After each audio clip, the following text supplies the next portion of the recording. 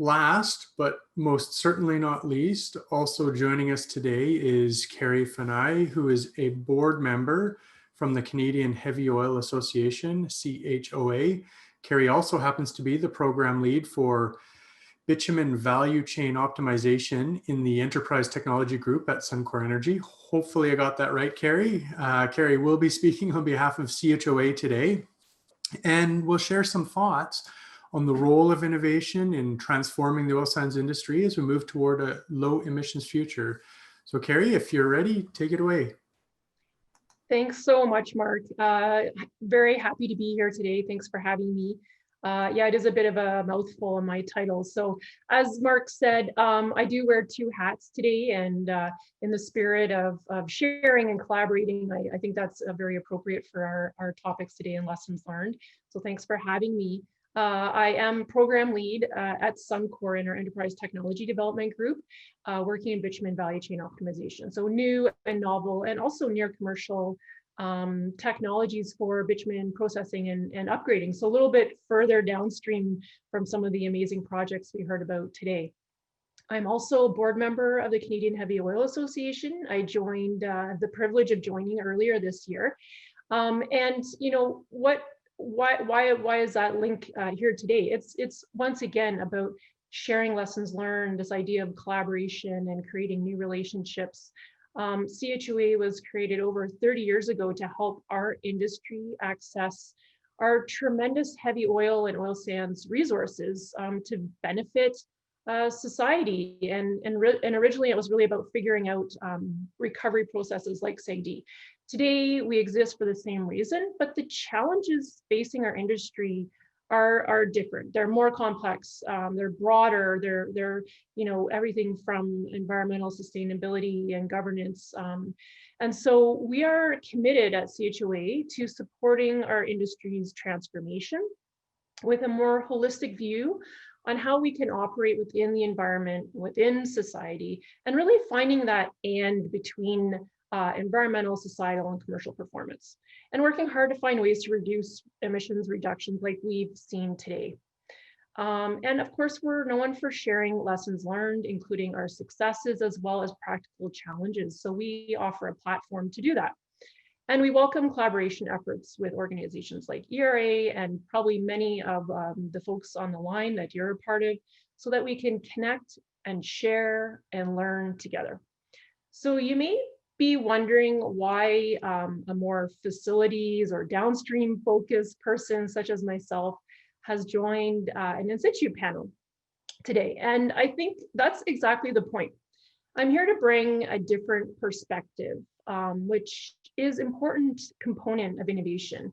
So I'll be talking a little bit about the how of innovation, as I like to call it, and blending that with the what. So we've heard about the what, some projects from our amazing panelists, and learning from others, asking questions, being curious, and looking for those synergies to translate those into our strategies and informing the art of the possible, especially with respect to emissions reductions and our low carbon future. So my role in bitumen value chain optimization, as you can imagine, the name says, is looking at that whole value chain. So that's taking a systems perspective. So there's kind of two ideas that I'd like to share with you today. One is that value chain or systems perspective. You know, how do we take learnings from a project perspective and then go to a systems view and an integrated system and think even bigger? So designing the energy system of the future and taking a value chain approach where that value chain leads us all the way to what customers want. That's really the end of the value chain, right? So another way of framing this is talking about a problem-based approach versus solution-based approach. And the second point I want to talk about is innovation is actually about people. Innovation starts and it can stop with people. So to create the transformational change that the world now expects of us, we actually need to start working differently to catch up to that. We need new ways of working. We need the skills and we need the culture that supports transformational change and innovation in our organizations. So digging in a little deeper to that, the value chain that I think we're talking about here today is starting very much in the upstream.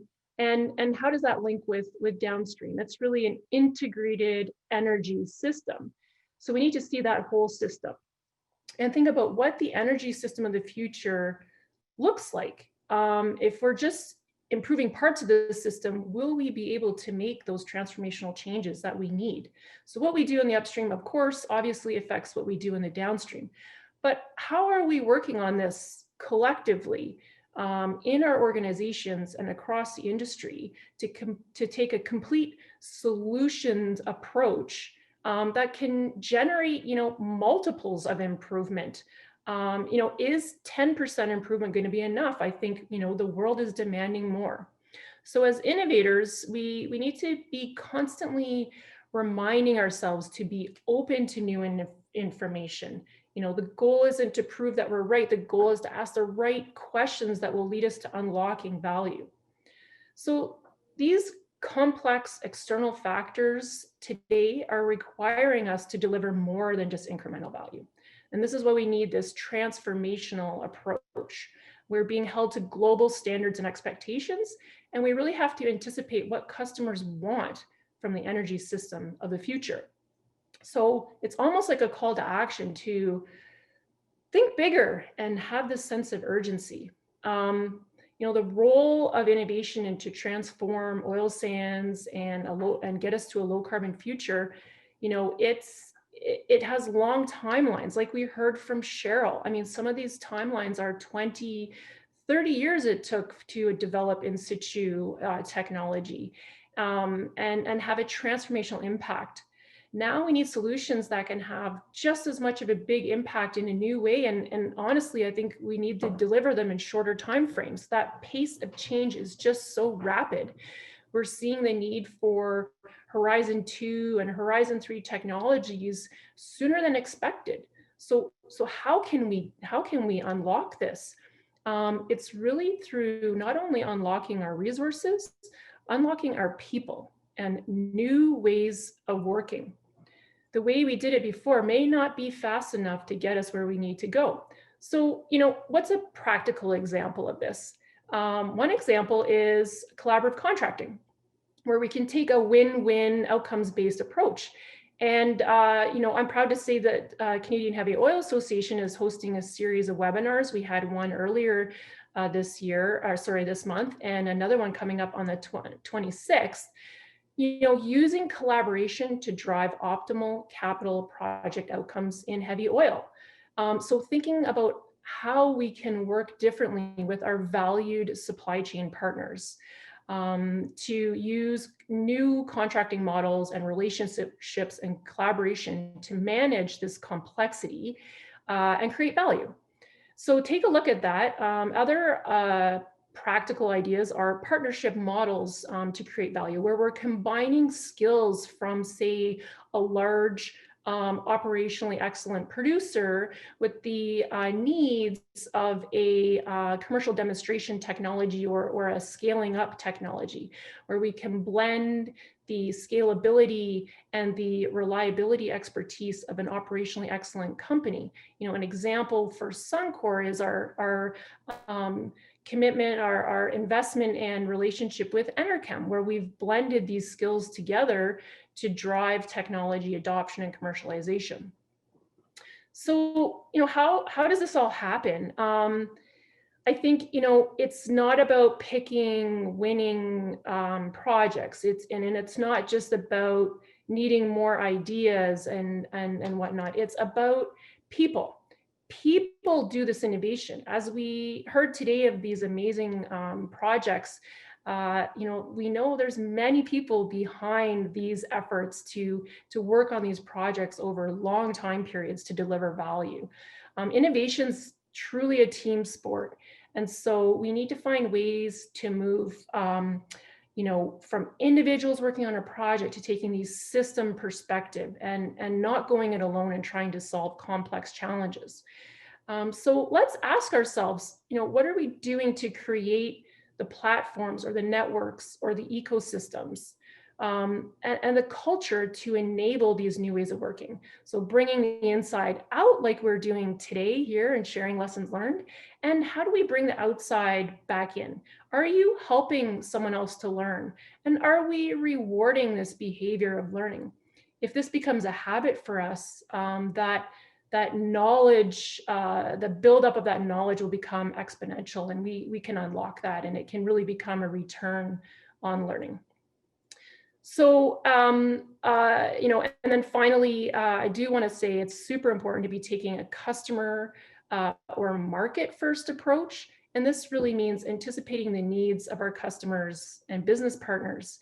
Something interesting to think about is if you've heard or read or listened to the late Clay Christensen's jobs to be done theory. So in oil sands, we should be asking ourselves, what do our customers want in the future? And that's that, that vision of the future and that integrated energy system. Do the end users want to buy a barrel of bitumen? They actually want to get from point A to point B, and that's really about transportation. They're beginning to care about the impacts of that transportation more and more. So asking ourselves as energy providers, how can we serve that job to be done better? I'll leave it there for now and look forward to answering some questions.